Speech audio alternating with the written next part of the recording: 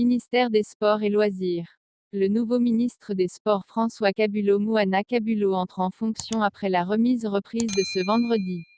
Nommé ministre des Sports en remplacement de Serge Neconde, le sortant, Monsieur François-Claude Kabulo-Moana Kabulo a pris officiellement ses fonctions ce vendredi 31 mars 2023. C'est après la cérémonie de remise et reprise. En l'absence de son prédécesseur absent du pays, il l'a fait avec le DIRCAP de ce dernier.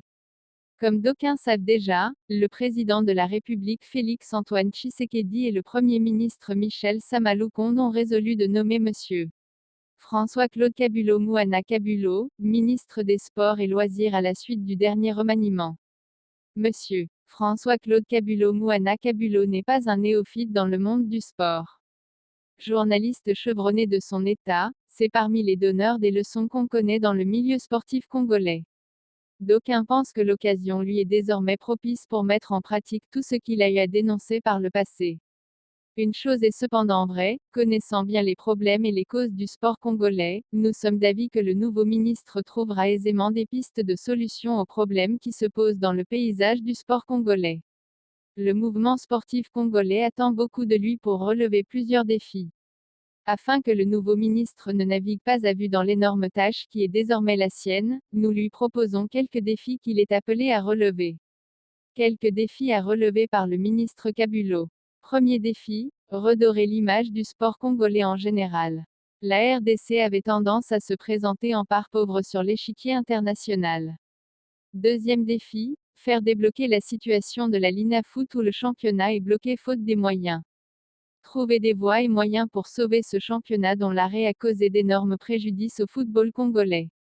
C'est notamment l'élimination dès la 5e journée de phase des poules des clubs représentants de la RDC en compétition interclub de la CAF. Club en Ligue des Champions, Saint-Éloi Lupopo, DCMP et TP Mazembe en Coupe de la CAF. Troisième défi, prendre à bras-le-corps la préparation des sélections nationales qui seront engagées au 9e jeu de la francophonie, que va abriter la RDC fin juillet début août à Kinshasa.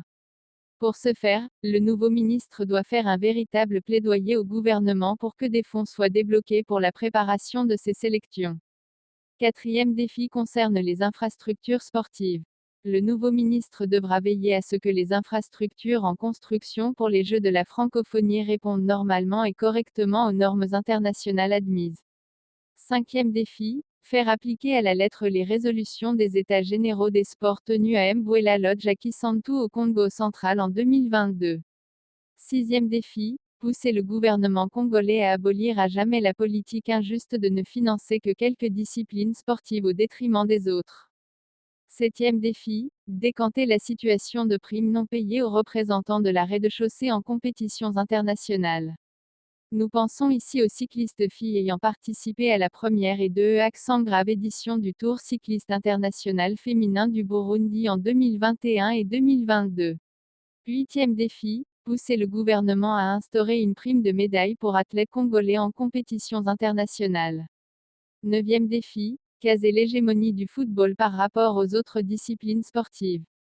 Faire en sorte que l'écart entre la prime allouée aux footballeurs ne soit pas trop grande par rapport à celle allouée aux autres sportifs.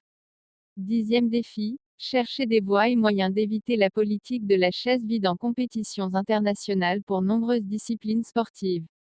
Onzième défi, faire ressusciter le Tour cycliste international de la RDC qui, depuis 3 ans n'a plus été organisé.